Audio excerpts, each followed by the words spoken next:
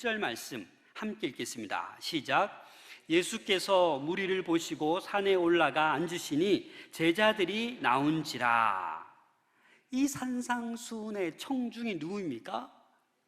흔히들 제자들로 알고 있습니다. 맞습니다. 제자들입니다. 그래서 이 산상수훈, 예수님께서 산에 올라가서 말씀을 가르쳤는데 그림도 있습니다. 여러 그림들도 있는데 그 정상 꼭대기에 제자들이 있고 그 밑에 보면 무리들이 있습니다. 그래서 이 산상수훈의 청중은 누구다? 제자들뿐만 아니라 많은 무리들도 이 산상수훈의 가르침의 말씀을 듣고 있다라는 것입니다. 그럼 이 무리가 과연 누구냐?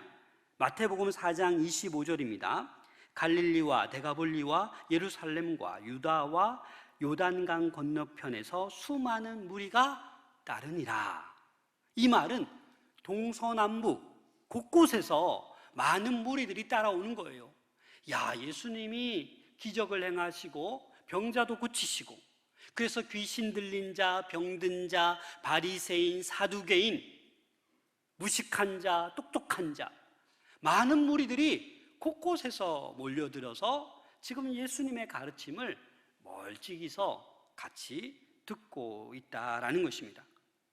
그리고 이 당시 종교적 상황이 어땠냐면 예수님께서는 신약에 보면 거짓된 종교주의자들과 맞서 싸우십니다. 그리고 유대교회에는 큰 4개의 집단, 공동체가 있습니다. 바리새인 공동체, 사두개인, 에세네파, 셀롯당, 열심당이라고 하죠. 이 종교적 상황은 이 4개의 공동체로 주로 이루어져 있습니다. 근데 이들이 추구하는 행복의 기준이 다 다릅니다. 여러분들이 알다시피 바리새인들은 무엇을 행복을 기준으로 합니까? 율법, 전통. 그래서 옛날로 돌아가자는 거예요. 우리 선조들이 지켰던 그 율법. 그래서 이 바리새인들은 율법을 이루고 따르면 뭐예요? 행복한 거예요. 근데 사두개인들은 어떻습니까? 사두개인들은 또 현실주의자예요. 옛날 것은 다 잊어버리고 옛 것은 다 벗어버리고 지금이 중요하다. 모더니즘. 그래서 이 사두개파 공동체는 지금이 중요하다라고 외칩니다.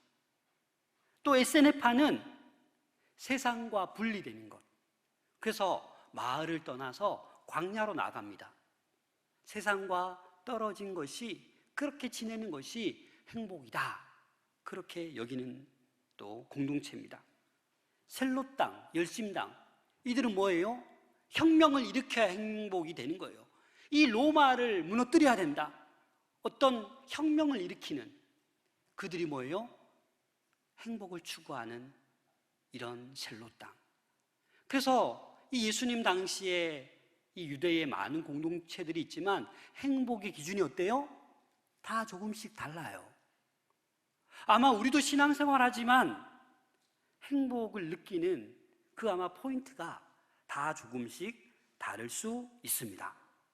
그러나 오늘 본문 말씀에는 분명히 예수님께서 이러한 자가 복이 있다라고 말씀하고 있습니다. 우리 3절 말씀 다 함께 읽겠습니다. 시작. 심령이 가난한 자는 복이 있나니 천국이 그들의 것임이요. 헬라어 원어로 보면 가장 앞에 나오는 것이 복이 있나니 이렇게 나옵니다. 여기서 말하는 복이 무엇일까요? 구약의 시편 1편에 보면 복 있는 사람은 하고 시작되잖아요. 그 복, 히브리어로 에제르라는 단어를 씁니다. 이 복은 행복으로 바꿀 수 있어요. 그래서 이 마태복음 5장 3절에 심령이 가난한 자는 복이 있나니 이 복도 헬라어로 마카리오스입니다. 마카리오스. 근데 이 단어도 뭘로 번역하냐면 행복으로 볼 수 있는 거예요. 심령이 가난한 자는 뭐가 있나니?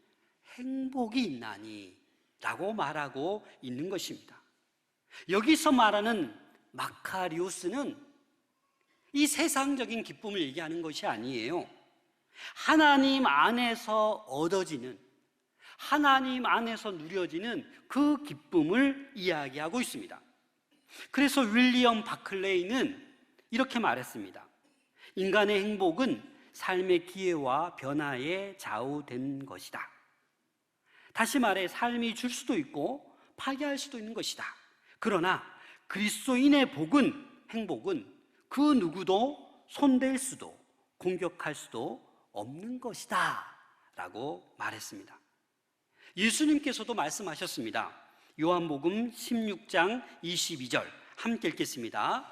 지금은 너희가 근심하나 내가 다시 너희를 보리니 너희 마음이 기쁠 것이요 너희 기쁨을 빼앗을 자가 없으리라. 세상의 기쁨은 잠시 잠깐이지만 이 주님께서 우리 마음에 주시는 그 기쁨은 빼앗을 자가 없다라는 겁니다. 그래서 바클레이는 이렇게 결론을 지었습니다. 세상은 세상의 기쁨을 얻을 수도 있고 그 기쁨을 그만큼 쉽게 잃어버릴 수도 있다. 재산의 격감, 건강의 악화, 계획의 실패, 야망이 가져다준 실망, 심지어 날씨의 변화까지도 우리의 이 변덕스러운 기쁨을 앗아갈 수 있다. 그러나 그리스도인에게는 영원히 예수 그리스도와 함께 그의 앞에서 행하는 데서 오는 그 누구도 빼앗을 수 없는 잔잔한 기쁨이 있다. 여러분, 이 기쁨을 소유하고 계십니까? 이 복음의 기쁨이 우리 안에 있습니까? 이 기쁨은 그 누구도 빼앗을 수 없는 기쁨인 것입니다. 흔히 세상 사람들은 이렇게 얘기합니다. 많이 소유해야 된다. 돈을 많이 소유해야 되고 권력도 있어야 되고 명예도 있어야 된다. 그래서 세상이 말하는 행복은 이러한 것들을 어떻게 해야 돼요? 움켜잡아야 돼요. 그러나 이런 것들은 순간적인 기쁨을 줄 수 있지만 진정한 행복, 기쁨은 줄 수 없습니다. 세상 사람들은 부자면 다 행복한 줄 압니다. 유명한 사람은 행복한 줄 압니다. 인기가 많은 사람은 행복한 줄 압니다. 하고 싶은 것 다 하고 사는 사람이 행복한 사람인 것처럼 보입니다. 그러나 그렇지 않습니다. 예수님께서는 이 행복의 개념을, 복의 개념을 완전히 뒤집어 엎는 것이 바로 이 팔복의 말씀입니다. 그래서 예수님은 어떤 자가 복이 있다고 말하고 있는 거예요? 심령이 가난한 자는 복이 있다. 심령이 가난한 자가 행복하다라고 말씀하고 있습니다. 그러면 가난이 무엇입니까? 이 가난에 대해서 우리가 살펴봐야 되는데, 이 가난이라는 헬라어 단어는 푸토코스라는 단어인데, 이 누가복음 16장에 보면 거지 나사로가 나오잖아요. 근데 이 거지라는 단어를 푸토코스라는 단어를 씁니다. 그래서 이 가난은 그냥 말하는 가난이 아니에요. 구걸할 정도로 가난에 빠져 있는 걸 얘기하는 거예요. 누구 도움이 없으면 생존할 수 없는 그런 가난한 상태를 말하는 것입니다. 그래서 예수님은 심령이 가난한 자는 얘기할 때 마음뿐만 아니라 어떤 실질적인 가난의 그 물질적인 가난을 이야기하고 있는 것입니다. 자, 여기서부터 잘 들으셔야 됩니다. 예수님께서 가난한 자를 얘기할 때 이 가난이 상태를 얘기하는 것이 아니다라는 거예요. 뭘 얘기하는 것이냐? 태도를 얘기하는 거예요. 무슨 말이냐? 나는 부자다. 그럼 어떤 상태예요? 부자니까 행복한 거냐? 아니라는 거예요. 부자이지만 불행할 수도 있고, 가난하지만 행복할 수도 있다라는 것을 예수님께서는 말씀하고 있습니다. 그래서 누가복음 18장에 보면 누가 나옵니까? 부자 청년이 나옵니다. 근데 이 부자 청년이 예수님께서 너의 소유를 팔아서 가난한 사람들을 도와줘라 라고 했을 때 이 부자 청년이 어떻게 합니까? 심히 근심합니다. 이 말은 뭡니까? 부자인 청년, 그 상태는 부자이지만 그 상태를 나무라는 것이 아니라 뭘 예수님께서는 나무라고 있는 거예요? 그의 태도를 나무라고 있는 거예요. 자기의 소유, 그 많은 소유를 팔아 가난한 자를 도우라고 할 때 이 부유함을 나누지 못하는 그의 태도, 그 태도를 주님께서는 지적하고 있는 것입니다. 소유가 많아서 저주가 될 수도 있고 소유가 적어서 복이 될 수도 있다라는 것입니다. 그래서 하나님께서는 소유를 얼마나 가졌느냐는 그 상태가 아니라 내가 가진 모든 소유, 많던지 적던지 그 상태가 아니라 나의 태도를 보신다라는 겁니다. 우리가 어떤 태도를 가져야 됩니까?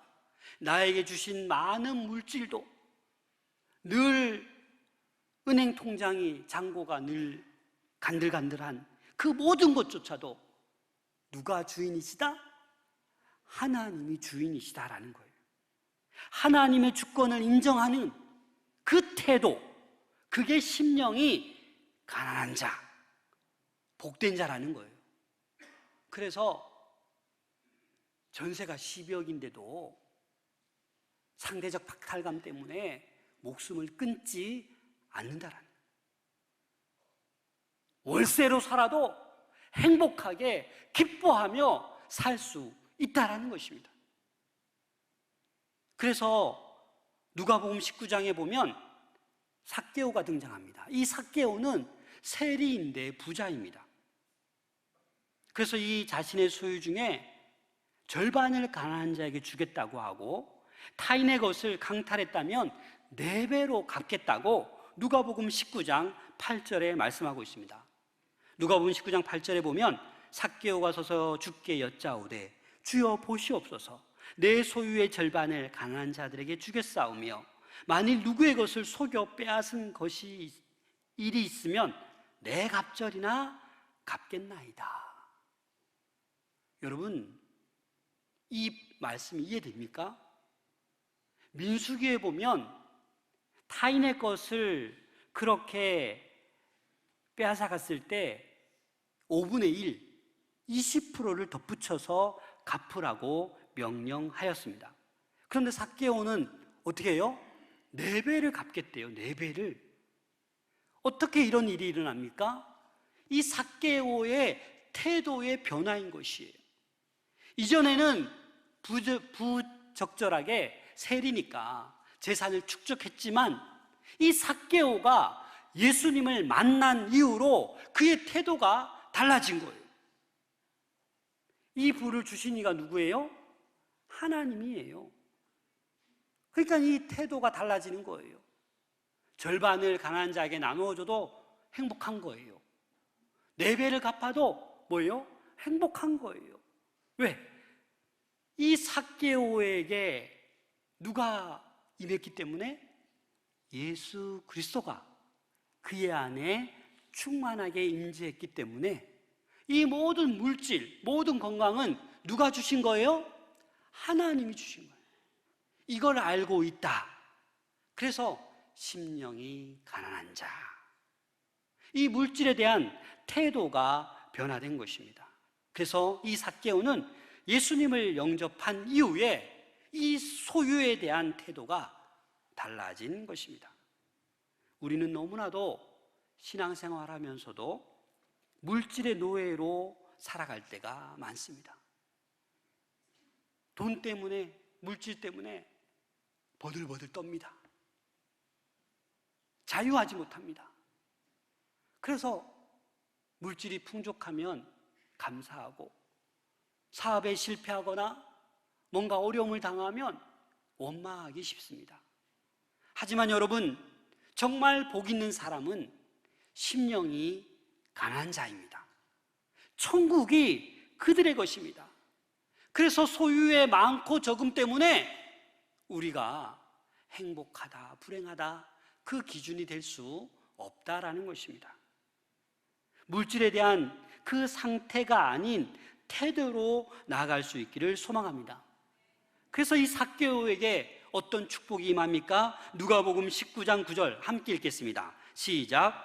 예수께서 이르시되 오늘 구원이 이 집에 이르렀으니 이 사람도 아브라함의 자손이미로다. 이렇게 물질에 대한 태도가 바뀌니까 어떤 축복이 임해요? 오늘 구원이 너희 집에 있다라는 거예요. 이런 자가 천국을 소유하는 것입니다. 우리는 이 물질을, 이 돈을 내가 주인이다라는 인식의 태도는 바꿔야 합니다. 나를 비워 모든 소유의 주권과 권한을 하나님께 있음을 인정하는 태도가 필요합니다. 그래서 물질이 많다고 교만하지 않고 없다고 실망하지 않습니다. 물질의 주인은 누구예요? 하나님이십니다. 또 하나는 이 심령이 가난한 자, 정말 이 영이 가난하다라는 거예요. 아무리 봐도 나는 영적으로 공허하고 또 영적으로 파산되어 있는데 하나님밖에 의지할 수 없다라는 것을 깨달은 거예요. 그게 바로 심령이 가난한 자입니다. 성경을 가만히 보면 야곱이 어떻습니까? 야복 강가에서 밤새도록 하나님과 싸웁니다. 환도뼈를 다칩니다. 요셉 어떻습니까? 정말 형제들에게 팔려서 노예 생활을 오랜 시간 합니다. 그러나 그런 시간 이후에 복을 받습니다. 모세도 자신의 부족함을 인정했을 때 이스라엘 백성을 하나님께서 인도하게 하셨습니다. 자기 주장이 강한 베드로도 주여 나를 떠나소서 나는 죄인입니다 라고 고백했을 때 참 제자로 불러주셨습니다. 사도 바울도 나는 죄인 중에 괴수요 박해자요 모든 것을 배설물로 여긴다라고 했을 때 이방인의 사도로 하나님께서 바울을 사용하십니다. 여러분, 이게 예수님께서 말씀하시는 첫 번째 복입니다. 하나님께 우리의 약함을 인정할 수 있기를 소망합니다. 우리는 정말 아무것도 아니다라는 것을 고백해야 합니다.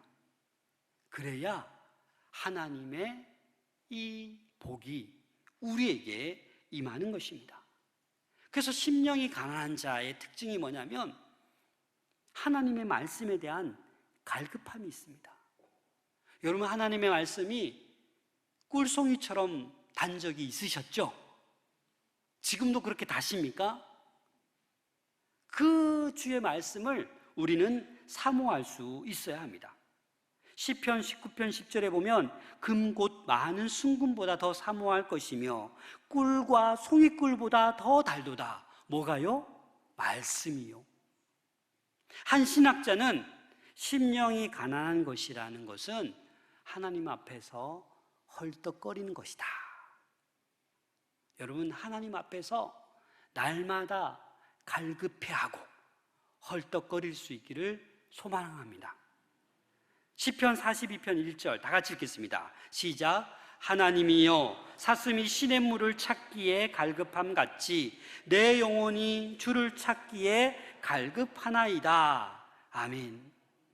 하나님을 향해 날마다 목말라 하셔야 됩니다. 날마다 갈급해 하셔야 됩니다. 예배를 드려도 찬양을 해도 기도를 해도 더 갈망해야 돼요. 더 예배 드리고 싶고 더 찬양하고 싶고 더 기도하고 싶은 그러한 목말라 하는 마음이 우리에게 있어야 합니다. 여러분, 언제 그렇게 목말라 하셨습니까? 아마 그런 경험이 있을 텐데, 목사님 40년 전에, 목사님 5년 전에. 아니요, 정말 예수님께서 말씀하신 그 복을 누리기 위해서는 지금 심령이 가난한 자가 되십시오. 주를 갈망하는, 주님 앞에서 날마다 헐떡거리는 우리의 마음이 될 수 있기를 소망합니다. 우리는 이렇게 예배 드리는 것을 당연히 생각합니다. 찬양할 수 있는 것, 봉사할 수 있는 것 너무나도 당연히 생각합니다. 그래서 교만해지기 쉽습니다. 여러분, 걸을 수 있는 거 얼마나 축복인지 모르죠? 제가 지금 깁스는 풀었지만 아직 온전치가 않습니다. 제가 다 나으면 진짜 열심히 걸을 겁니다. 이 걷는 게 얼마나 축복인지 제가 걷는 사람 보면 너무 부러워요. 여러분, 어떤 사람은 이렇게 얘기합니다. 목사님, 기도 안 해도 잘 되는데요? 목사님, 일주일에 딱 한 번 주일 성수해도 잘 풀리고 평안한데요? 정말 그런 것 같습니까? 그렇게 살아가도 나는 하나님 가까이 있는 것 같습니까? 그렇지가 않습니다. 시편 73편 28절 다 같이 읽겠습니다. 시작. 하나님께 가까이 함이 내게 복이라. 아멘. 뭐가 복이라고요? 하나님을 가까이 하는 것이 복이에요. 기도도 안 해도 되고, 예배도 생각날 때 띄엄띄엄 드려도 되고, 그게 복이 아니라고요. 갈급함, 예배를 사모하고, 아니 내가 오늘 새벽 기도를 못 나갔네. 유튜브에 언제든지 클릭하면 다 볼 수 있는데 그런 사모함이 우리에게 없다고요. 점점 기도하고 싶고, 점점 예배 드리고 싶고, 더 찬양하고 싶고, 이런 것이 바로 하나님을 가까이 하는 복인 줄로 믿습니다. 하나님을 가까이 해야 그 복을 누릴 수가 있습니다. 예레미야 29장 12절 13절 다 같이 읽겠습니다. 시작. 너희가 내게 부르짖으며 내게 와서 기도하면 내가 너희들의 기도를 들을 것이요 너희가 온 마음으로 나를 구하면 나를 찾을 것이요 나를 만나리라. 그렇습니다, 여러분. 부르짖어 온 마음으로 주를 구하면 주를 찾게 되고 만나게 되는 것입니다. 이 은혜를 누릴 수 있기를 소망합니다. 그런데 우리는 어떤 상태에 있냐? 입으로만 주를 가까이 합니다. 그래서 이사야 선지자는 이사야 29장 13절에 세 번역으로 같이 읽겠습니다. 시작. 주님께서 말씀하신다. 이 백성이 입으로는 나를 가까이 하고 입술로는 나를 영화롭게 하지만 그 마음으로는 나를 멀리하고 있다. 그들이 나를 경외한다는 말은 다만 들은 말을 흉내내는 것일 뿐이다. 그렇습니다, 여러분. 혹시 우리가 입으로만 하나님을 가까이 하고 입으로만 찬양하고 예배드리고 기도하고 있지는 않으십니까? 우리 하나님은 어떤 사람을 쓰십니까? 상태가 아니라 태도로 변화되는 사람, 영적으로 공허한 가운데 있지만 하나님을 갈급해하는 사람, 그 사람을 하나님께서는 사용하십니다. 우리 모든 성도들이 하나님께 쓰임받고 사용될 수 있기를 소망합니다.